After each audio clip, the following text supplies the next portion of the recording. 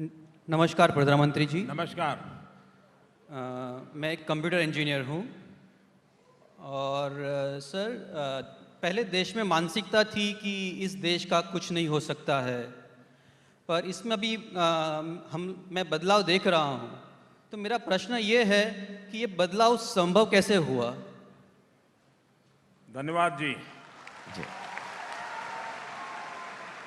मैं सबसे पहले तो आपका धन्यवाद करता हूं, आपका अभिनंदन करता हूं कि आपने बदलाव को महसूस किया।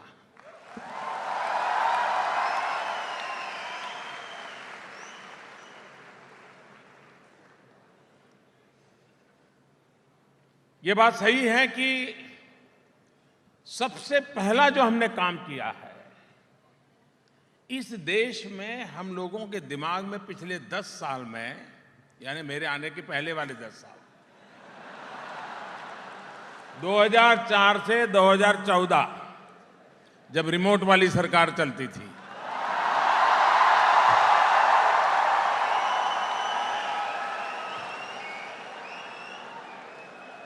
उस समय के हालात ये थे कि हर किसी ने मान लिया कुछ होने वाला नहीं, खेल खत्म। अब ऐसे ही गुजारा कर लो भाई, जो नसीब में था वो होगा। एक मानसिकता घर कर गई थी कि कुछ भी नहीं बदल सकता है। हमने सबसे पहला काम किया है, उन मानसिकता को ही बदल दिया है। सब कुछ बदल सकता है। आपने देखा होगा कि पहले अखबारों की सुर्खियां देख लीजिए, 2013-14 के अखबार निकालिए, आए दिन खबर आती रही, ये घोटाला, वो घोटाला, ये घोटाला, आता तक नहीं आता था। 4.5 साल हो गए, खबरें बदली कि नहीं बदली? हेडलाइन बदली कि नहीं बदली? वरना उस समय कोयला घोटाला, 2G घोटाला, न तो ये जी कहां तक जाता है जानते हैं आप लोग।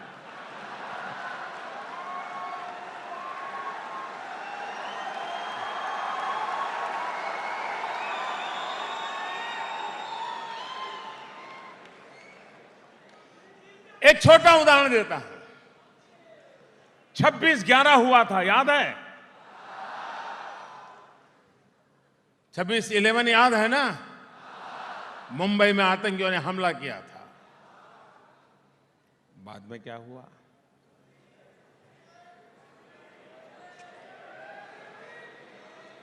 फूल चढ़ाए, मोमबत्तियां जलाई, श्रद्धांजलि दी गई, और हमारी सरकार के दरमियान उरी हुआ था।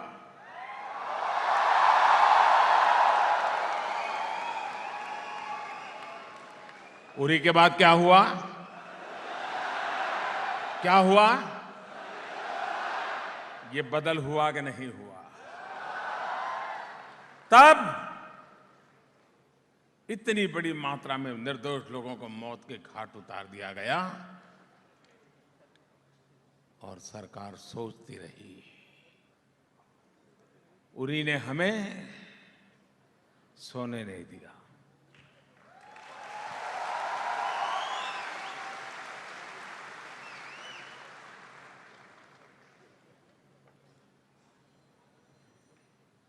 जवान के खून का एक एक बूंद हमारे लिए पवित्र होता है।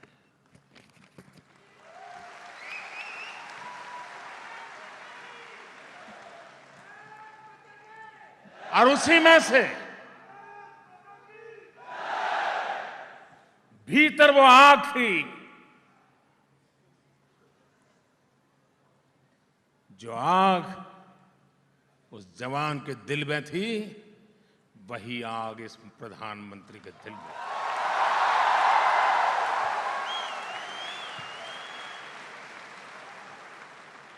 और उसी का परिणाम हुआ सर्जिकल स्ट्राइक।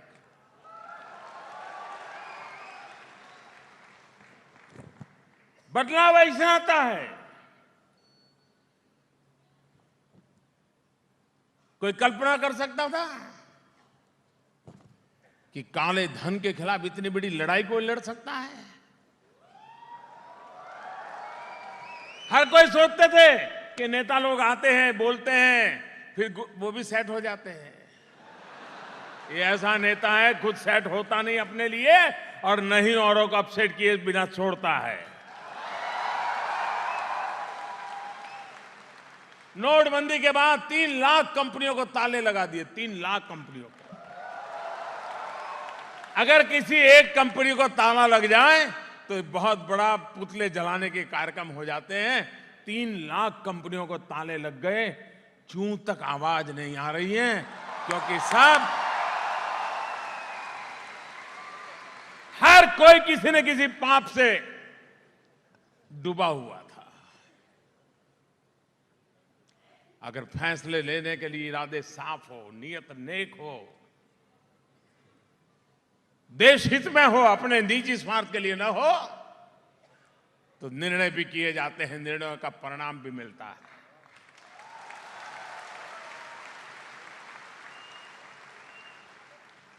कोई कल्पना कर सकता है कि हिंदुस्तान में सुबह टीवी खोलते ही समाचार आते, आज इतने आतंकवादी मारे, आज इतने मारे।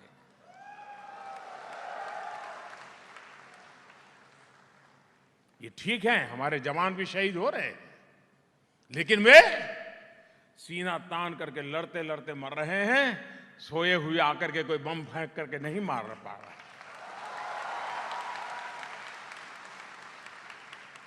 वो भी एक वक्त था, कभी मुंबई में बम धमाका, कभी रेल के डिब्बे में बम धमाका, कभी दिल्ली में बम धमाका, कभी अयोध्या में बम धमाका, कभी जम्मू में बम धमाका। 4.5 साल हो गए, सब कुछ कश्मीर में अटक गया है। ये बदल है कि नहीं है?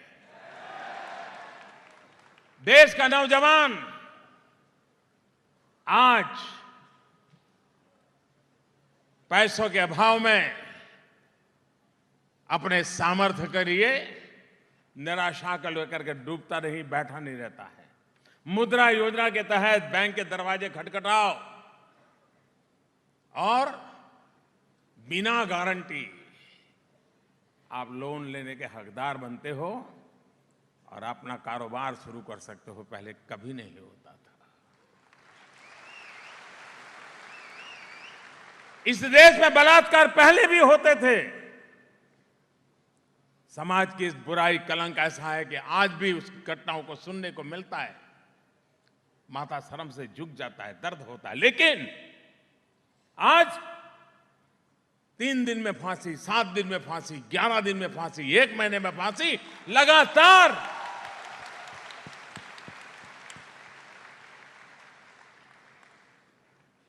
उन बेटियों को न्याय दिलाने के लिए एक के बाद एक कदम उठाए जा रहे हैं और नतीजे नजर आ रहे हैं।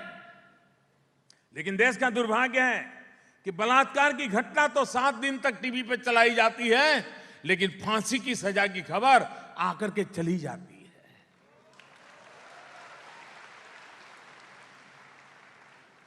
फांसी की खबर जितनी ज्यादा फैलेगी, उतना बलात्कार करने की विकृति लेकर के बैठा हुआ आदमी भी डरेगा, 50 बार सोचेगा।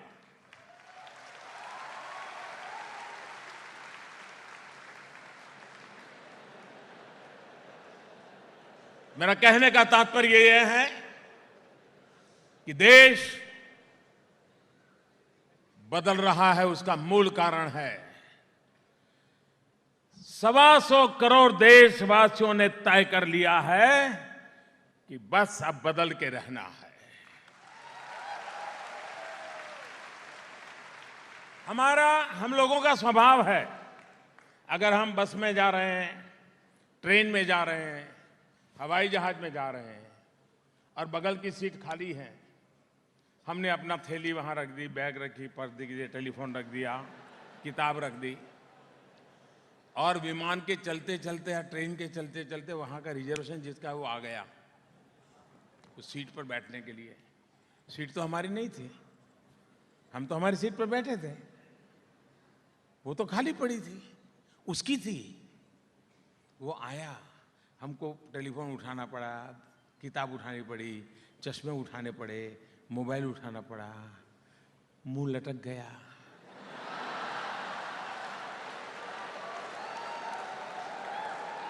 ये कहां से आ गया? एक सीट खाली थी, मैं आराम से बैठा था। सीट आपकी नहीं थी, फिर भी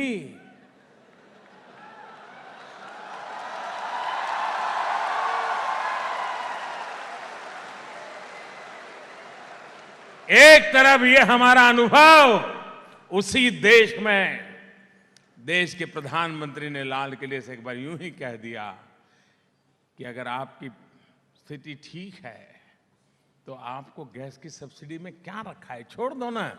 मेरे देश के 1.25 करोड़ लोगों ने छोड़ दिया। ये जन मन बदला है। 125 करोड़ देशवासियों का जन मन जो बदला है, वो देश को बदल के रहेगा, ये मेरा विश्वास है। रेल के अंदर सीनियर सिटीजन्स को सब्सिडी मिलती है, टिकट में पैसों में राहत मिलती है। मैंने ऐसे ही कहा रेलवे वालों को, जरा जो पर्ची होती है फॉर्म, उसमें लिख दो कि भाई मैं सब्सिडी सरेंडर करना चाहता हूं, मुझे जरूरत नहीं है। इतना ही लिखा। मैंने कभी भाषण नहीं किया इस पर, न कोई अपील की, कुछ नहीं किया।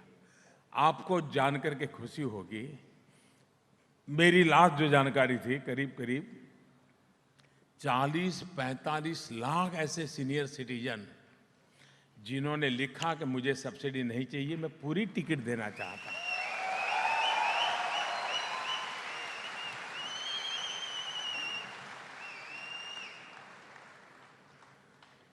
ये है मेरे देश का सामान्य मानवीय का मिजाज जो बदला है, वही मेरे देश की भविष्य, उज्जवल भविष्य की गारंटी है।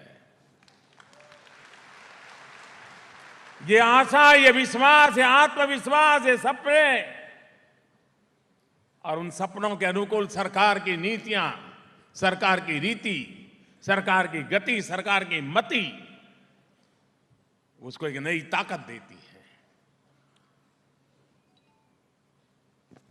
पहले ऐसी मान्यता थी सब कुछ सरकार करेगी, हम ही सब कुछ है। हमने आकर के बदल दिया, जी नहीं, हमसे बड़ा देश है, देश के लोग बड़े हैं।